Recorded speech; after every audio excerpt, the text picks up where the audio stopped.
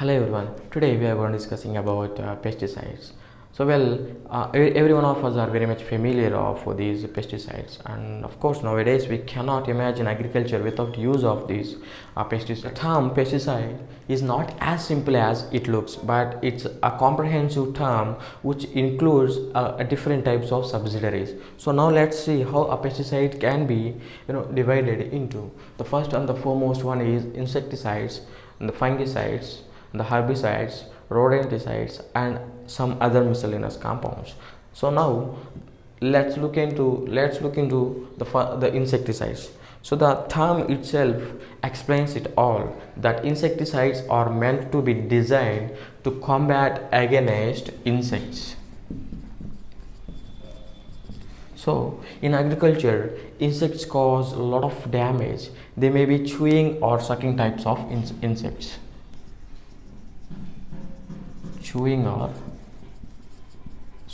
majorly there are these two are the major types of insects, the chewing and the sucking types of insecticides.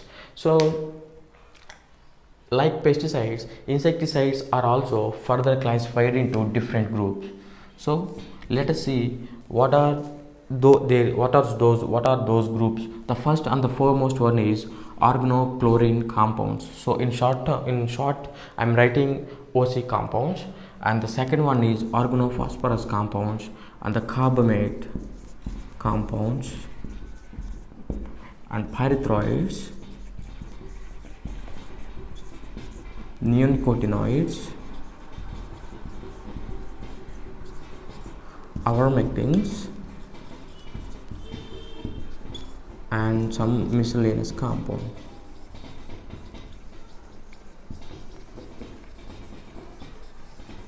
So this is the classification of insecticides. The first and the foremost one is organochlorine compounds, organophosphorus compounds, carbamates, pyrethroids, neonicotinoids, ivermectins, and some other miscellaneous compounds. So today, to say precisely, so we are going to discussing about these organochlorine compounds and their mode of action. So let's look into the organochlorine compounds. So almost all of us are very much familiar of these organochlorine compounds, and these organochlorine compounds has been banned in almost all the countries in the world. So in this context, let us have a short discussion on organochlorine compounds and their importance in agriculture. So now whenever you want to talk about organochlorine compounds, the first insecticide that stands in the first line is dichlorodiphenyl trichloroethane, that is DDT. It is very much popular insecticide throughout the world. So it was well documented that Paul Muller has discovered the insecticidal properties of DDT during 1939. So during 1939, Paul Muller has discovered the insecticidal properties Immediately after his discovery, DDT became one of the most used insecticide across the globe. So what makes DDT to become such popular in no time? So let's have a short discussion on that. So in 1948, Paul Muller got Nobel Prize in Medicine for his discovery about DDT. So now let's look why DDT became so much popular in that time. So DDT, to say more precisely, DDT had a lot of impact on two major sectors. The first one is agriculture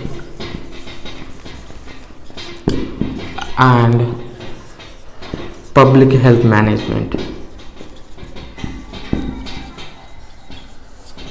So as far as agriculture is concerned, DDT ability to cause lethal effects in wide range of insects. So it can cause lethal effects in right from sucking type of insects to chewing type of insects. So So this make DDT to use extensively in agriculture. DDT is very effective at significantly low concentrations. So let's say 5% of DDT can be dusted on crop to to control a lot of insects in the crop. And of course DDT can give long lasting insect control properties.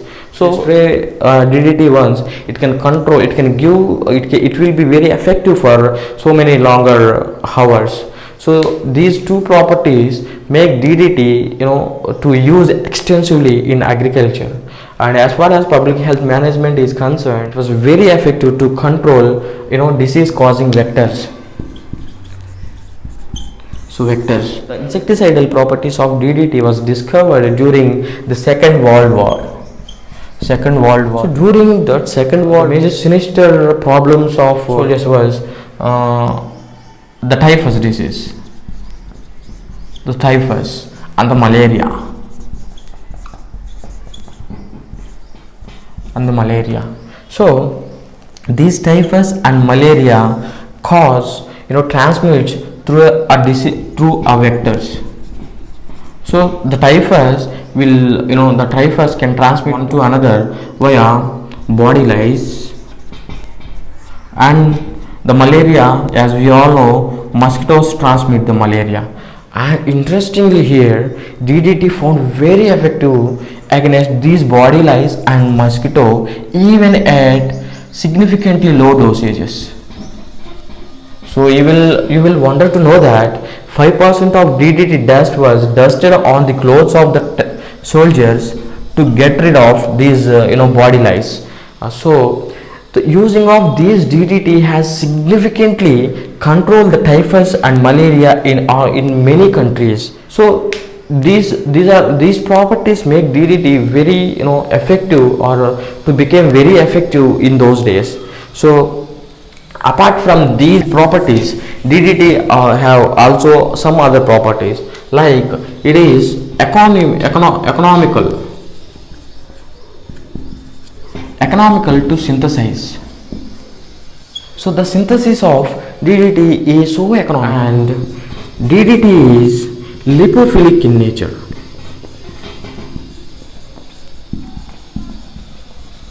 That means it is insoluble in water. That means when the DDT is not soluble in water, the rainwater or the rain cannot wash off the residues of DDT on the crop canopy. So that gives the long lasting insecticidal properties. So lipophilic in nature, and it is persistent in nature. So it is very persistent insecticide in the nature. So it was well documented that DDT can persist in the environment nearly 10 to 15 years in the environment. So neither sunlight nor the soil microorganisms can degrade DDT very effectively. So that makes DDT so persistent in nature. So all these characters make DDT to have a lot of significance in agriculture and public health management. So this is a short note on how a DDT had impact on agriculture and public health management. So despite having all these positive properties on agriculture and public health management, DDT and other organochlorine compounds are banned in all the countries, almost all the countries in the world. So now let's look why DDT banned. So the first, as we discussed earlier, so the second property of the DDT is lipophilic in nature. That means it tends to soluble in the fat tissues. Being lipophilic in nature, DDT tends to accumulate or dissolve in fat tissues. That means when a person exposed to DDT, so some residues of DDT are directly going to accumulate in his fat tissues. So that makes DDT very vulnerable to the human. It is very vulnerable. It consider these property consider very vulnerable. So this is one of the characters, and the second one is persistent in nature. So this persistence in nature of DDT can cause lot of imbalances in the environment. So when an insecticide persists for very longer periods in the nature, it will slowly gets accumulates in the nature, and magnification. So these two properties, bioaccumulation and the biomagnification properties of DDT, make it very vulnerable to use in agriculture and of course in public health management as well. So considering all these after effects of DDT, nearly after a decades, DDT got banned in as I said earlier, in almost all countries in the world. So by the way, DDT have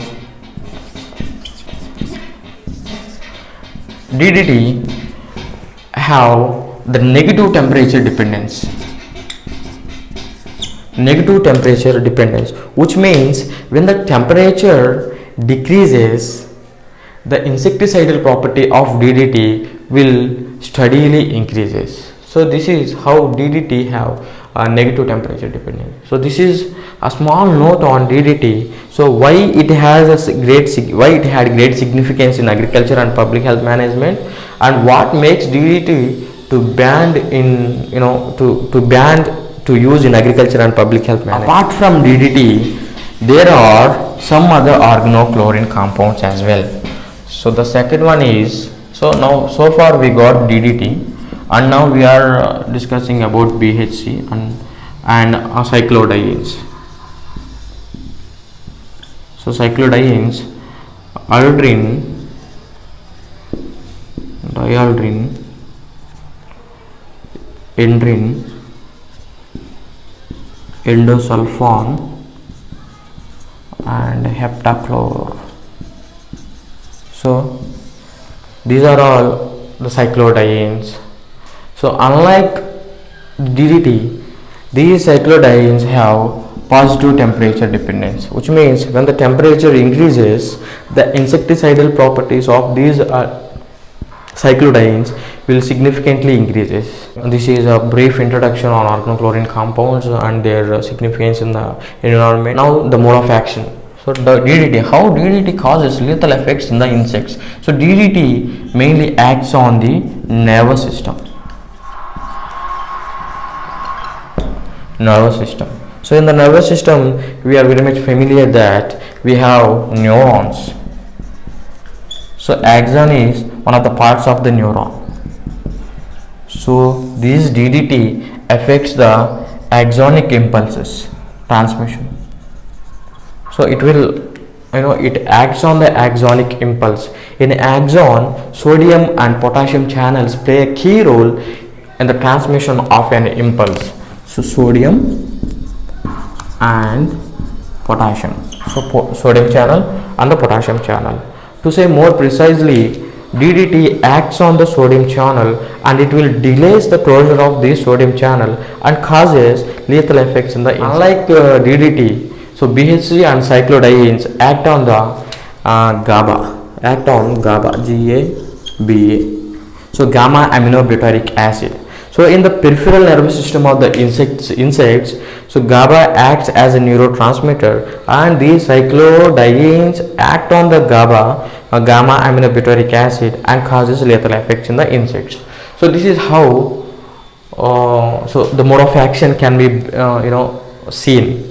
So now today we got some brief introduction on pesticides and their classes, insecticides and their classes, and organochlorine compounds and their mode of action and their significance in the agriculture and public health management.